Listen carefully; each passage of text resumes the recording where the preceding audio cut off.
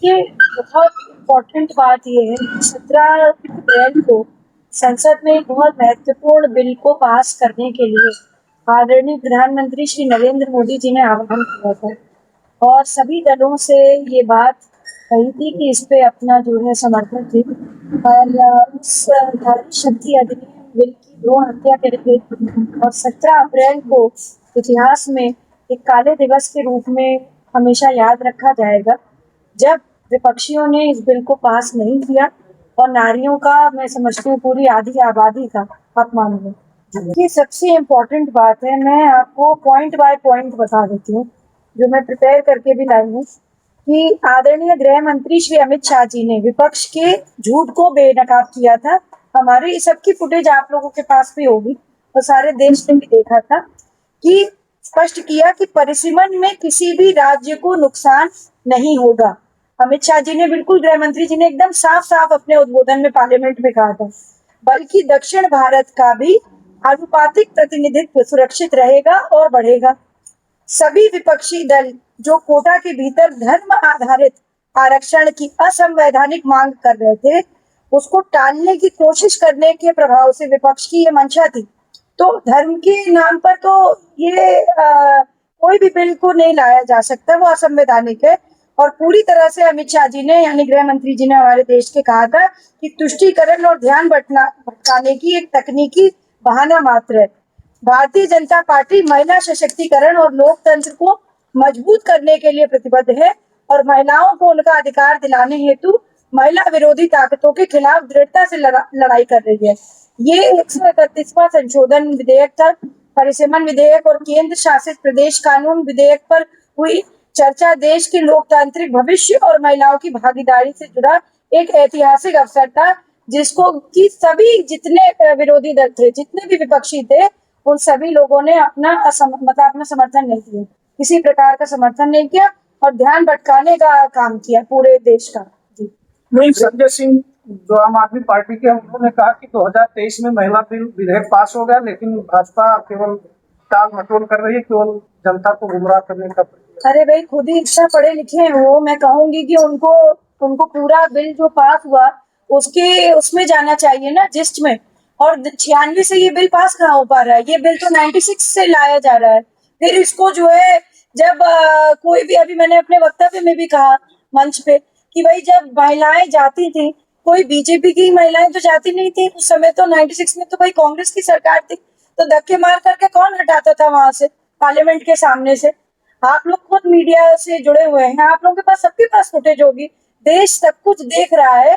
और जो प्रधानमंत्री जी ने कहा कि नारी शक्ति, आज की नारी शक्ति और जो पहले थी, हो सकता है कि तकनीकी अभाव के कारण कुछ लोग नहीं देख पाए हो, पर आज की जो नारी है, सबके पास व्हाट्सएप है, सब बहुत जो है फोन सेवी है, बहुत डिजिटाइजेशन हुआ है प्रधानमंत्री जी की वजह से, तो सबको सब पता है। तो ये नारी माफ नहीं करेगी 21वीं शताब्दी की।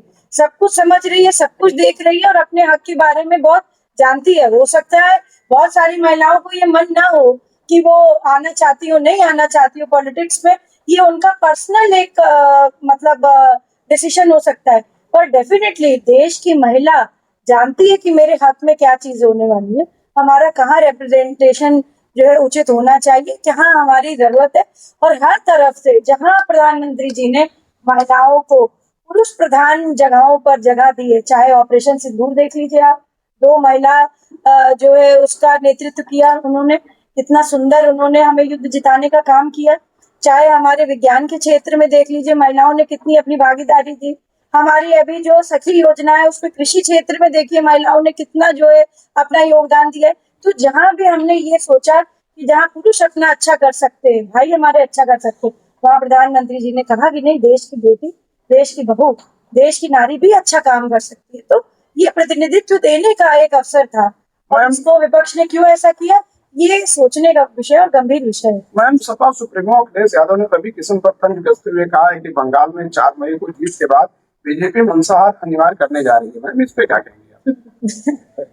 देखिए, मैं समझती हूँ कि ये सारी बातें चुनावी, जब कहीं भी चुनाव चल रहा हो, तो ये चुनावी स्टंटबाजी कह लीजिए, इसको बयानबाजी कह लीजिए, तो ये बयान चलते रहते हैं। इसको जो है उसी फ्लेवर में लेना चाहिए, उसी फेवर में लेना चाहिए। दूसरी बात, मांसाहार हो रहा है कि नहीं हो रहा है, मांसाहार हाथ से तो हो नहीं रहा है। वहां तो बंगाल में मछली भात खाते ही हैं, हाथ से थोड़ी ना खाते हैं। किसी के कहने से नहीं खाएंगे और किसी के कहने से नहीं खाएंगे, जिसको खाना होगा वो वही खाएगा। तो जो है, मैं जानती हूँ, मैं एक वेजिटेरियन हूँ, मैं ये कह सकती हूँ कि वेजिटेरियन ज्यादा अच्छा ऑप्शन है, बट किसी को मछली भात खानी है तो उनका अपना पर्सनल डिसीजन है। हमारा सबके पास फंडामेंटल राइट है, सब लोग खा सकते हैं, सब लोग बना सकते हैं, और सब लोगों को जो पहनना वो पहन सकते हैं। देश में आजादी है। देखिए, ये तो विषय क्या, हमारा विषय नहीं है ये भी, नारी शक्ति अधिनियम में। और दूसरी बात है, ये जो चल रहा है, ये बीजेपी का केंद्रीय नेतृत्व, प्रदेश नेतृत्व बहुत सुचारू रूप से समस्त जनता के लिए लगा हुआ है। मैं समझती हूँ आने वाले 27 में भी उत्तर प्रदेश में कमल खिलेगा। आप देखिए ये बात जी। मैडम, आप श्रावस्ती में आई हैं। श्रावस्ती बहुत ही पिछड़ा क्षेत्र है। ऐसा कौन सा मतलब महिलाओं के लिए कौन सा अभियान सरकार चलाएगी जिससे आने वाले समय में श्रावस्ती के महिलाओं को भी फायदा होगा? देखिए, ऑलरेडी हमारी महिलाओं से जुझारू रूप से बहुत जो है सारी स्कीम्स चल रही हैं।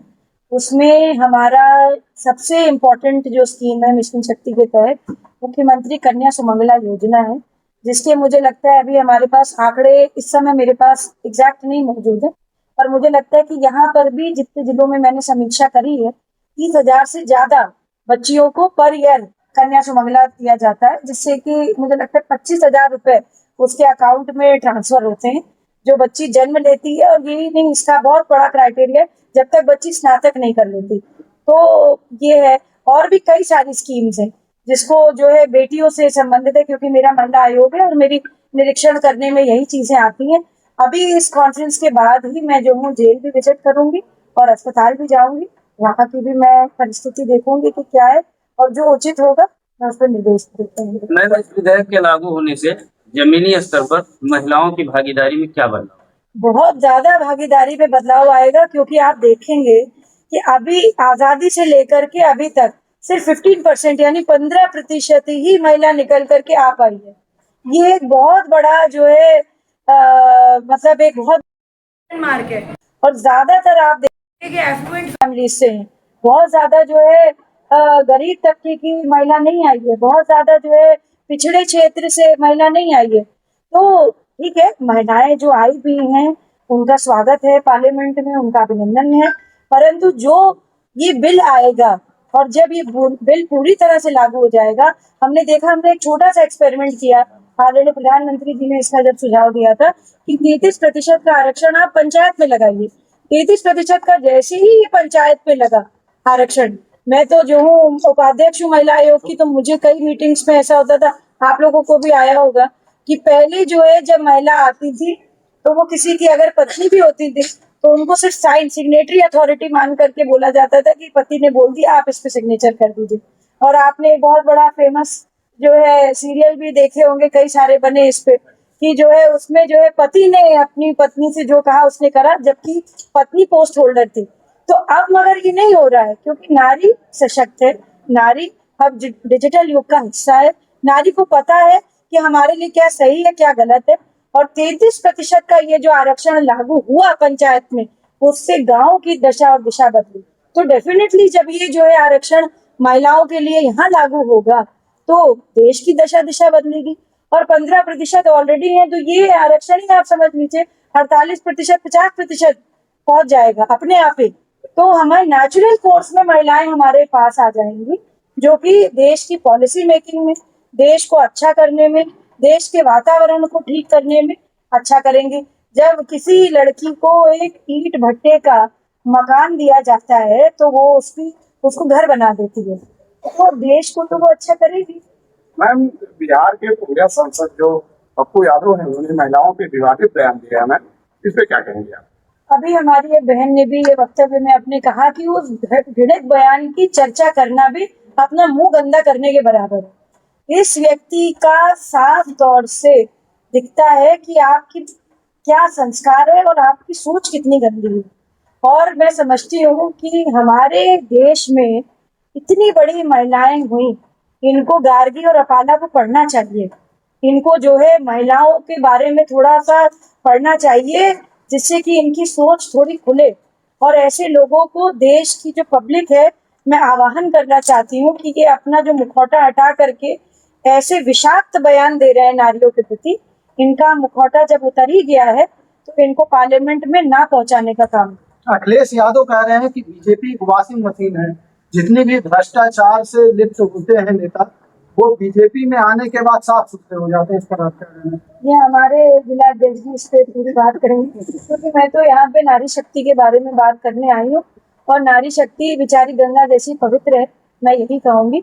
और मैं ये भी चाहती हूँ कि सभी लोग जो है उसका समर्थन करें, आगे जब भी वो फ्लोर हो तो उसका समर्थन करें सभी।